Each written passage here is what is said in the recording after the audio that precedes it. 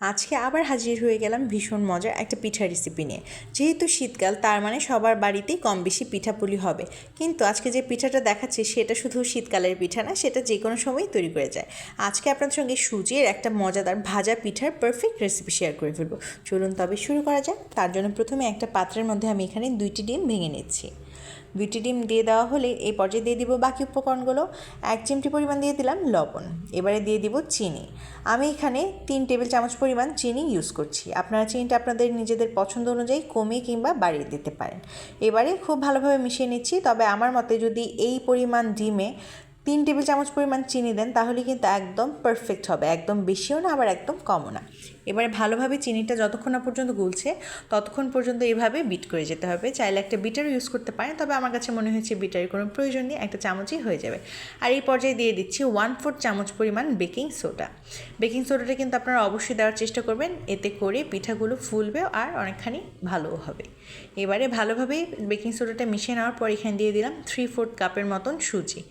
সুজিটা আপনারা আমি যে আন্দাজ বলছি সেই আন্দাজে অবশ্যই বানানো ট্রাই করবেন, তাহলে একদম পারফেক্ট হবে।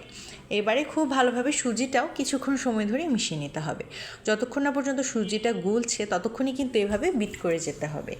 ভালোভাবে বিট করলে কিন্তু একমাত্র কেকটা অথবা পিঠাটা পারফেক্ট হবে। আর এবারে পিঠাগুলো নরম করার জন্য আমি এখানে অ্যাড করে দিলাম 2 টেবিল চামচ পরিমাণ ময়দা। ময়দাটা দেওয়া হয়ে গেলে এবারে আবার খুব সুন্দরভাবে মিশিয়ে নিতে হবে। চাইলে আপনারা সম্পূর্ণ চালের গুঁড়ি দিয়েও করতে পারেন, তবে এক্ষেত্রে ময়দাটি ইউজ করলে পিঠাগুলো খুবই নরম হয় আর খেতেও খুবই তুলতুলে হয় আর ভীষণ ভালো লাগে। এবার ময়দাটাও খুব ভালোভাবে মিশিয়ে নিচ্ছি। আবার ময়দাটা দেওয়ার পরেও কিন্তু খুব ভালোভাবে মিশিয়ে নিতে হবে, যেন কোনো প্রকার লাম্পস না থাকে। লাম্পস থাকলে কিন্তু খেতেও ভালো লাগবে না, আর যখন মুখের মধ্যে দিবেন তখন দেখা যাবে একটা দলা পেকে আছে, তখন একদমই ভালো লাগবে না। এইবারে লাস্ট উপকরণ যেটা হচ্ছে লিকুইড দুধ। এখানে আমি 1/3 কাপ পরিমাণ লিকুইড দুধ ইউজ করছি। দুধটা আমি অল্প অল্প করে অ্যাড করব, কিন্তু টোটাল আমার 1/3 কাপ লেগেছিলো, এই জন্য আমি আগে সেটা বলে দিয়েছি। আস্তে আস্তে করে খুব ভালোভাবে এই মজাদার ডোটাকে আগে তৈরি করে ফেলতে হবে। যে কোনো পিঠা পারফেক্ট হওয়ার পিছনে কিন্তু ডো অথবা ব্যাটারটা পারফেক্ট হওয়া খুবই ইম্পর্টেন্ট। এই ব্যাটারের উপরেই ডিপেন্ড করে আপনার পিঠাগুলো ভালো হবে নাকি খারাপ হবে। এবারে খুব ভালোভাবে দুধটার মধ্যে ব্যাটারটাকে মিশিয়ে নিয়ে একটা পারফেক্ট কনসিস্টেন্সিতে আমি নিয়ে এসেছি। যখন দেখবেন এরকম কনসিস্টেন্সি চলে এসেছে তখন এটাকে আধা ঘন্টার জন্য রেস্ট রেখে দিতে হবে।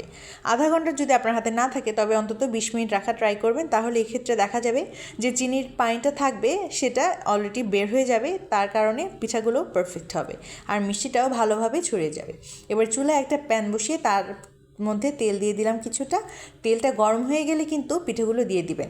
গরম হওয়ার আগে দিলে দেখা যাবে ডো অথবা ব্যাটারটা দেওয়ার পর পিঠার শেপটা তো পারফেক্ট হবে, কিন্তু হতে অনেকখানি সময় লেগে যাবে। এই বিষয়টা একটুখানি খেয়াল রাখতে হবে।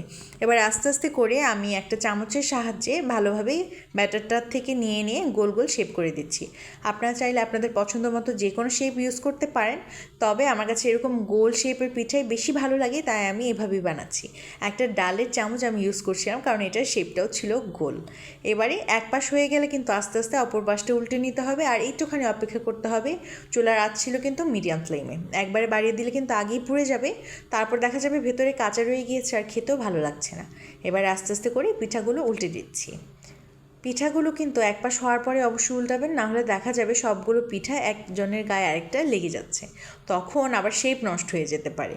এই যে একবার এই দিক আবার ওই দিক করে 2 পাশ ভালোভাবে ভেজে নিলাম, আর এবারে আস্তে আস্তে করে একটুখানি উল্টে দিয়ে আর 1 মিনিট রেখে আমি এগুলোকে নামিয়ে ফেলবো। পিঠাগুলো থেকে কিন্তু খুবই সুন্দর একটা স্মেল আসছিল। আমার তো খুবই পছন্দের এই পিঠাটা, আর যখন পারফেক্ট হয়েছে তখন তো একদম মনটাই খুশি হয়ে গিয়েছিল। এবারে পিঠাগুলোকে তুলে নিচ্ছি। পিঠাগুলোকে একে একে করে আমি তুলে নিচ্ছি, আর এগুলো তুলে নেওয়ার পর কিন্তু আমি পরের ব্যাচের পিঠাগুলোও ভেজে নেব।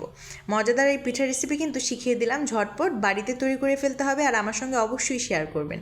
আজকের রেসিপিটি কেমন লাগলো কমেন্ট করে জানিয়ে যেতে একদমই ভুলবেন না। ভালো লাগলে রেসিপিটি অবশ্যই ট্রাই করবেন, আর ট্রাই করলে সেটি আমার সঙ্গে শেয়ার করবেন। লাইক কমেন্টের পাশাপাশি একটা শেয়ারও দিয়ে যেতে পারেন, চাইলে নিজের টাইমলাইনেও রেখে দিতে পারেন। কেমন একটা সুন্দর পারফেক্ট পিঠা হয়েছে দেখে আমারই মন ভরে গিয়েছে। ভেতরটাও দেখে নিন কতটা নরম আর সফট হয়েছে। আজ তবে এই পর্যন্তই। সবাই ভালো থাকবেন, সুস্থ থাকবেন। ধন্যবাদ।